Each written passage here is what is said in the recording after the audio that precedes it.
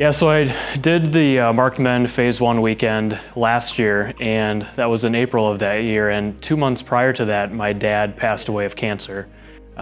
We spent the last week of his life with him, providing him in-home hospice care. Ultimately, it led to me being there when he took his last breath and being with him there for hours afterwards until they came and picked him up, and that just really hit me hard. I just felt really stuck. And the feeling stuck led to me feeling really empty and sad and all of those things. But the thing is, I have a wife and at the time 2 daughters, now 3 daughters at home. And so every day I would muster up all the energy I could to go to work.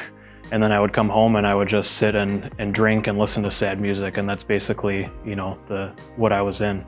It was a hard year for him. He went through a lot of loneliness, anger towards God, kind of took him through a downward spiral. It affected our family, my relationship with him, emotionally detached. He was there, he was doing his best to be, but it was just really hard for him to get out of bed.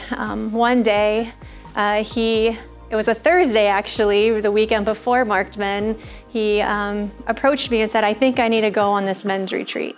And of course, it was a weekend that had a lot of busyness going on, but I knew that this was something that he needed to do for himself in seeking God out. So the night before Marked Men Phase 1, I signed up for it. Rocked my world, and God just shined so much light into my life during that experience. I've been part of other men's ministries before, and so I've heard it'll transform your life and it'll do this and that. I've heard that, I've been there, I've done that. And then I went to Marked Men Phase 1 weekend, and I actually experienced it. And I just prayed throughout that weekend that God would meet him where he was at and just be with him in his brokenness.